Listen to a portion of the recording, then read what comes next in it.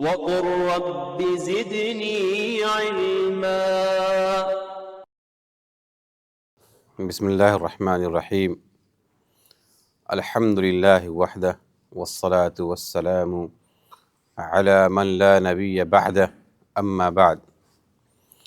بڑی خوشی کی بات ہے کہ اللہ رب العالمین نے ہم لوگوں کو پھر سے یہاں پر موقع نصیب کیا ہے کہ اس مسجد کے اندر شرح دروس المہمہ لعامۃ الامہ جو ہم نے شروع کیا تھا اس کے درس کے تعلق سے جاننے کی کوشش کرتے ہیں۔ چنانچہ اس سے پہلے ہم لوگوں نے توحید اور پھر اسلام کے ارکان کے تعلق سے جانا تھا، اور آج انشاءاللہ ہم لوگ ایمان کے ارکان کے تعلق سے جاننے کی کوشش کریں گے۔ ایمان کا پہلا رکن یہ ہے کہ انسان اللہ پر ایمان لائے۔ تو اللہ پر ایمان لانے کا مطلب کیا ہے اس کو ہم جاننے کی کوشش کریں گے۔ تو اللہ پر ایمان لانے کا مطلب یہ ہے کہ آپ کے ذہن میں چار چیزیں ہونی چاہیے۔ چار چیزیں ہونی چاہیے، ان میں سے سب سے پہلی چیز یہ ہے کہ آپ یہ عقیدہ رکھیں کہ اللہ رب العالمین موجود ہے۔ اللہ رب العالمین کی وجود پر ایمان لائے۔ اور اس میں دوسری بات یہ ہے کہ اللہ رب العالمین کی وجود کے ساتھ ساتھ اللہ کو رب مانے۔ اور تیسری بات یہ ہے کہ جب آپ نے اللہ کو رب مان لیا تو اس کا لازمی تقاضا یہ ہے کہ رب کو معبود مانے۔ اور چوتھی بات یہ ہے کہ رب کے اسماء و صفات پر ایمان لائیں۔ یہ چار چیزیں ہیں۔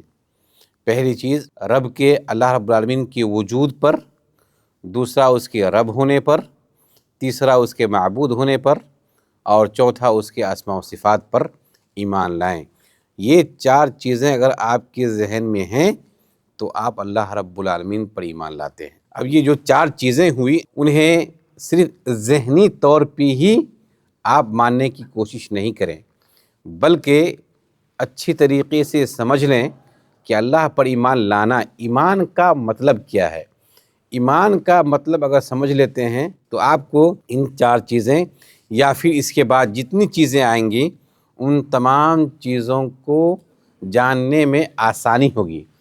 ایمان کا مطلب یہ ہے کہ آپ جو چیز جس کے تعلق سے آپ سوچتے ہیں کہ اس کے تعلق سے ہمیں ایمان رکھنا ہے، تو اس کے تعلق سے سب سے پہلی بات یہ ہے کہ آپ زبان سے اقرار کریں۔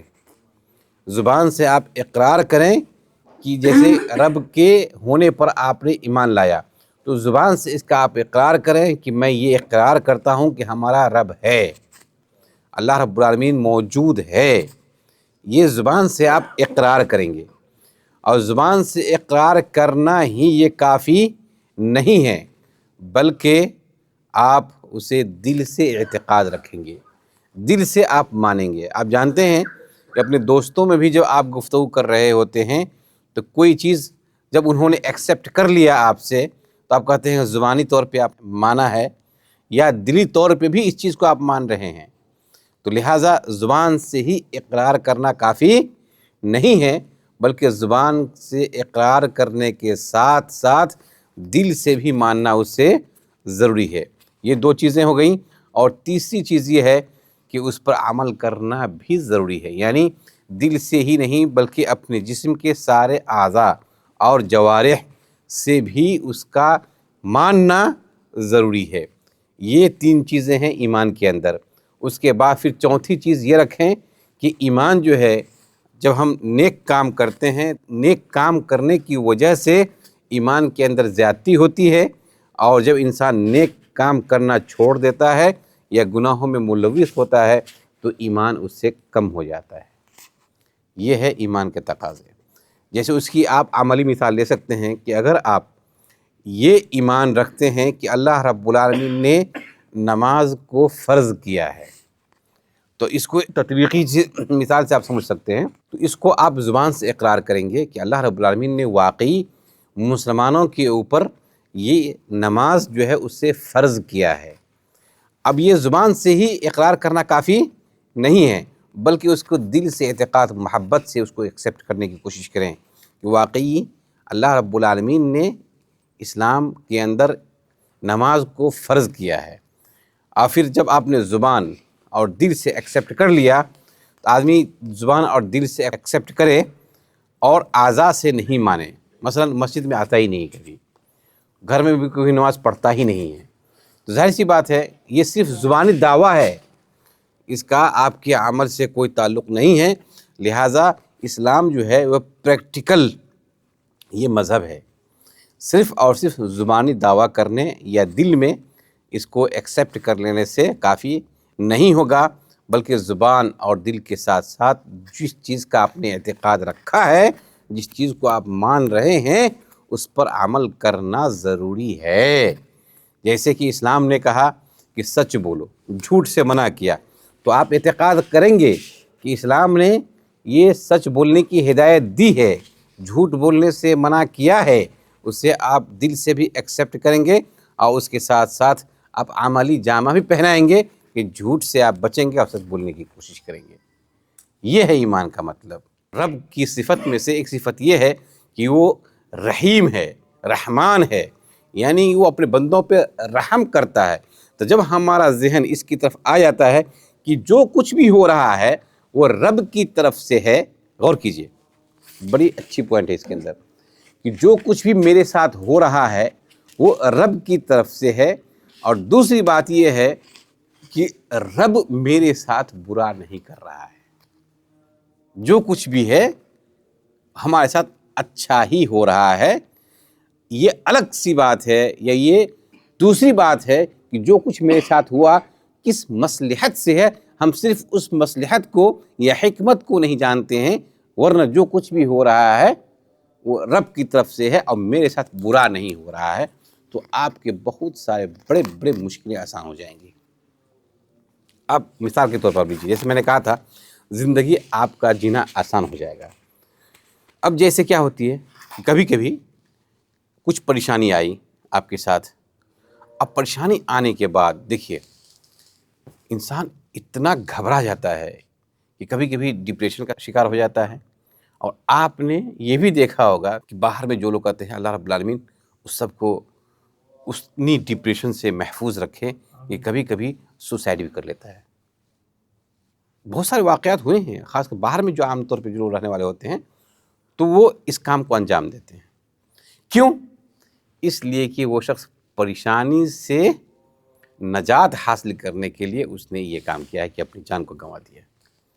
اگر وہیں پر ہم یہ ایکسیپٹ کرتے ہیں دلی طور پہ، ذہنی طور پہ اور جسم و اعضاء سے کہ نہیں ہمارے پاس رب ہے اور رب میرے ساتھ جو کر رہا ہے وہ برا نہیں کر رہا ہے، تو کبھی سوسائڈ نہیں کرے گا انسان۔ جو پریشانی آئی، دیکھیے یہ بات ذہن میں رکھ لیجئے، جو پریشانی آئی اس میں صبر کرنا ہے۔ رب نے ہمیں یہ تعلیم دی ہے کہ اس میں صبر کرنا ہے، اور صبر کا فائدہ یہ ہے کہ اللہ رب العالمین صبر کرنے والوں کو بغیر حساب اسے بدلہ دیتا ہے، اور صبر کا پھل جو ہمیں ملنے والا ہے، ہو سکتا ہے اس آزمائش سے ہم نکل جاتے ہیں تو رب کریم ہم کو اس سے بھی اچھی اور بڑی چیز سے نوازے گا، تو کبھی وہ شخص سوسائڈ نہیں کرے۔ جو بیماری بھی کبھی آ گئی تو ان بیماریوں سے بھی آپ رب کا تقرب حاصل کریں گے، رب کی خوشنودی حاصل کریں گے، اور ذہن میں آپ یہ رکھیں گے کہ اللہ رب العالمین کی یہ طرف سے ہے، اللہ رب العالمین کہ ہم ان کے تقرب اور خوشنودی